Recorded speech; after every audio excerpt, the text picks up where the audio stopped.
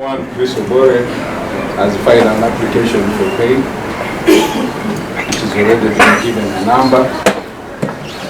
I'm aware that the committal proceedings that have not been done. We intend to apply for bail for the accused persons, all of them. And as you know, in view of counts 9, is only the High Court with the authority or jurisdiction entertained. So, but the court has said that's a matter that will be handled by the High Court. But of course also the High Court has jurisdiction to try all matters. What the government is doing, fight against corruption, is the way to go. But unfortunately, there are other people who are suffering for no good reason.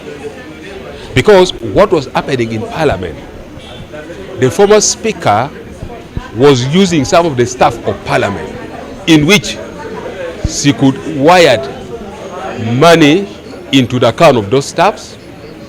After getting that money, you must carry all the sacks of money and hand it over to her without picking even 1,000 shillings. So they were just used like a conduit.